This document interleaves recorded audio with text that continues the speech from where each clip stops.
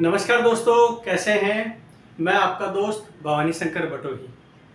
शाम का टाइम है, किसी नए विषय पर जाहिर है कोई बात तो होनी ही है। कुछ जानकारियाँ अपनी तरफ से कोशिश है कि रोज़ाना कुछ न कुछ नई जानकारी या लेखनी आप तक पहुंचाई जाए। दोस्तों, आर्टिफिशियल इंटेलिजेंस पर हम लोग आज बात करने वाले हैं। आर्टिफिशियल इंटेलिजेंस जो है वो अभी कुछ समय पहले जो है बिल्कुल मुखर होकर हम लोगों के सामने आई और आज वो अपना काम भी कर रही है। लेकिन इसको लेकर लोगों में बहुत डर था। डर आज भी है, ऐसा नहीं है।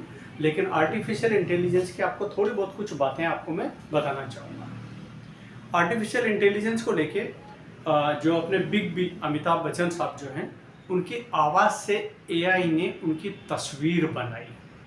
क्या बनाई, आप सोच सकते हैं। मैं इससे पहले आपको दूसरी चीज़ बता देता हूँ कि आर्टिफिशियल इंटेलिजेंस के जो जनक जेफरी हिंडन हैं, उन्होंने, आपको ध्यान हो तो भी कुछ समय पहले गूगल की नौकरी छोड़ दी थी और उन्होंने ये कहा कि ये इंसान के लिए बहुत बड़ी चुनौती है और इसको जो है वो इंसान जो है मैनेज नहीं कर पाएगा। बहुत डरावनी जो चीज़ है।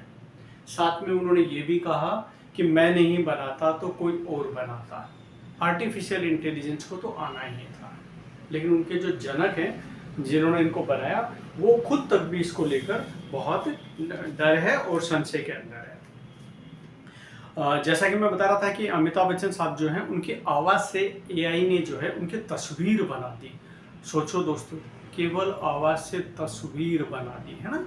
क्या बोलते हैं अमिताभ बच्चन साहब, बॉलीवुड अभिनेता अमिताभ बच्चन भी एआई के जादू से चमत्कृत हैं। उन्होंने अपनी एक पेंटिंग साझा की है जो एआई ने महज उनकी आवाज़ के सैंपल से बनाई है। बिग बी ने लिखा, एआई डरावना है। एआई डरावना है। जो आवाज़ से तस्वीर बना दे, उससे ज़्यादा बड़ा डरावना और क्या हो सकता है ना। इसी तरह से जो है बताते हैं कि एआई आने वाले टाइम पर इंसान के लिए इतना कुछ क्रिटिकल हो सकती है कि उससे लड़ना बहुत मुश्किल हो जाएगा। खैर, ये सब चीज़ें चलती रहेंगी। इसके अच्छे पहलू पर भी अभी हम बात करने वाले हैं। अभी कुछ समय पहले जोधपुर में एक सेमिनार हुआ था बहुत बड़े कवियों का। वहाँ पर जो है जो डॉक्टर कुमार विश्वास साहब हैं, उन्होंने एआई को लेकर क्या कहा है वो आपको बताना चाहूँगा। आपको एआई को थोड़ा भ्रम और कुछ चीज़ें क्लियर हो जाए, उसके लिए आज ये वीडियो बना रहा हूँ। कवि सम्मेलन में कुमार विश्वास ने कहा कि टेक्नोलॉजी आसन्न भविष्य में मंच की वाचिक परंपरा के लिए घातक सिद्ध हो सकती है। जो मंच पे जो वाचन करते हैं ना, उसके लिए घातक सिद्ध हो सकती है। आर्टिफिशियल इंटेलिजेंस खतरा बनकर उभर रहा है। कल को यह भी संभव है कि विषय लिखते ही एआई कविता रच दे। आप कोई भी सब्जेक्ट लिख दीजिए, कोई भी वो लिख दीजिए, वो क्या करेगी, एआई आपको कविता ही लिख के दे देगी। इसलिए कुछ ऐसा करिए जिसे टेक्नोलॉजी कॉपी ना कर सके। इसका मतलब क्या हुआ कि आप ये देखें कि आर्टिफिशियल इंटेलिजेंस जो कितनी जो है वो जो विशेष चीज़ हो गई है। तो कुमार विश्वास साहब की बताइए, अमिताभ बच्चन साहब की बताइए, जो इनके जो जनक है जेफरी हिंडन, उनके बारे में मैंने आपको बताया। तो आर्टिफिशियल इंटेलिजेंस जो है वो काफ़ी कुछ संशय है। लेकिन अब इसके कुछ आपको पॉजिटिव पहलू बताता हूँ। कुछ टीवी चैनल पर आप देख रहे होंगे, जैसे आज तक आप देख रहे होंगे कि एआई जो है वो न्यूज़ पढ़ रही है। हमें लगता नहीं है ना कि वो एआई है, लेकिन आप देखो रात को 9 बजे मैं खुद भी देखता हूँ कि कैसे एआई जो है वो न्यूज़ को रीड करती है।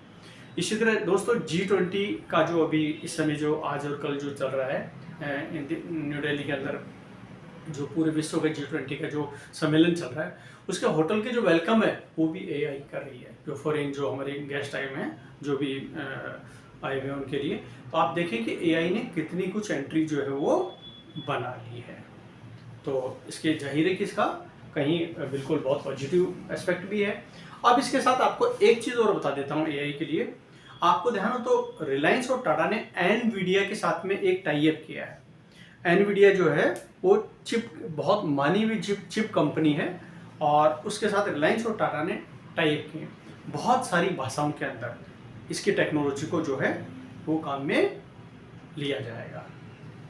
तो एआई के बारे में बताया कि इसका थोड़ा लोगों को डर भी है, लेकिन इसका जाहिर है कि एआई बहुत कुछ जो है वो अच्छी चीज़ें भी बता रही है। बहुत सारे हमारे अनुसंधानों में काम में आएगी, शिक्षा में हमारे काम में आएगी, मुझे लगता है सारी सेक्टर समझ लीजिए, ट्रांसपोर्ट समझ लीजिए, हेल्थ समझ लीजिए, सभी में आने वाली है। कुछ चीज़ें अगर अच्छी होंगी तो कुछ उसके पहलू जाहिर है कुछ और भी हो सकते हैं। चलो ये आई की रही, आशा करता हूँ आप लोगों को अच्छी लगी होगी। अब चूंकि लेखक भी हूँ तो कुछ लेखकों की कुछ कोट्स वगैरह आपको बताता हूँ, आपको अच्छा लगेगा निश्चित रूप से। ओशो कहते हैं जिंदगी में आप जो करना चाहते हैं वह कीजिए। जिंदगी में आप जो करना चाहते हैं वह कीजिए। ये मत सोचिए कि लोग क्या कहेंगे, क्योंकि लोग तो तब भी कुछ कहते थे जब आप कुछ नहीं करते थे। इसका मतलब आपको लगता है कि करना चाहिए, अच्छा है तो आपको करना चाहिए। लेस ब्राउन अमेरिका के प्रेरक वक्ता थे। देखो कितनी गजब की बात कही है, बहुत विशेष है, ये जिंदगी बदल सकती है। ये मान के चले पूरे वीडियो के अंदर ये 2 लाइन में आपको बहुत कुछ दे सकती है। आप कभी इतने उम्रदराज नहीं होते कि नया लक्ष्य ना बना सकें या नया ख्वाब ना देख सकें। क्या कह रहे हैं? आप कभी इतने उम्रदराज नहीं होते कि नया लक्ष्य ना बना सकें ना नया ख्वाब देख सकें। यानी हर वक्त आदमी कोई भी लक्ष्य देख सकते हैं और वो कर सकते हैं। KFC का आपको ध्यान होगा, ऐसे बहुत सारे उदाहरण रहे। KFC ने आपको पता ही होगा 68-70 के आसपास में उनका करियर चालू हुआ था। 85 तक उन्होंने अपने पास कंपनी रखी थी और आप देखो कि जो KFC है वो पूरे विश्व के अंदर है, लेकिन कितनी लेट उनकी यात्रा चालू हुई है। ऐसे बहुत सारे लोगों की। लास्ट आपको एक कवि की और आपको बता देता हूँ, लॉर्ड बायरन जो है वो अंग्रेजी के महान जो है कवि थे, मशहूर राजनीतिज्ञ भी थे और रोमांटिक पोइट्री वगैरह भी लिखते थे। उनकी 3-4 चीज़ें आपको अच्छी जो मुझे लगी वो आपको बताता हूँ। जो लोग तर्क नहीं कर सकते वो मूर्ख होते हैं। तर्क यानी संवाद, डिस्कस। तर्क का मतलब वो गलत वाला नहीं। जो लोग तर्क नहीं कर सकते वो मूर्ख होते हैं। जो लोग तर्क करना ही नहीं चाहते वो गुलाम होते हैं। जब भी आपको मौका मिले तब जरूर हंस लिया करो। देखो कितने गजब की बात है। जब भी आपको मौका मिले तब जरूर हंस लिया करो, इससे सस्ती कोई दवा बनी ही नहीं। शाही की एक बूंद लाखों लोगों को सोचने पर मजबूर कर सकती है। हो सके तो दोस्तों आप भी कलम उठाओ, इस कलम में बहुत पावर है। एक बूंद बहुत कुछ बदल सकती है। जो है रामधारी सिंह दिनकर ने कहा था ना कि नहीं, मैं उसको भूल गया एग्जैक्टली, मुझे कोट का ध्यान है लेकिन वो उसका देखना पड़ेगा। आगे बढ़ते हैं। जब सोया तो पाया कि जीवन बेहद खूबसूरत है, जब जागा तो जाना कि जीवन तो दरअसल मेहनत और कर्तव्य का नाम है। आशा करता हूँ अच्छा लगा आपको, बहुत बढ़िया। थैंक यू दोस्तों। इसी तरह से रोजाना आपको कोशिश रहेगी कुछ न कुछ विशेष जो है आपको कोई लेखनी या विशेष सब्जेक्ट पर आपको कोई जानकारी दी जाए। आपका दोस्त Bhawani Shankar Batoi. Thank you. Subscribe भी कर लीजिएगा।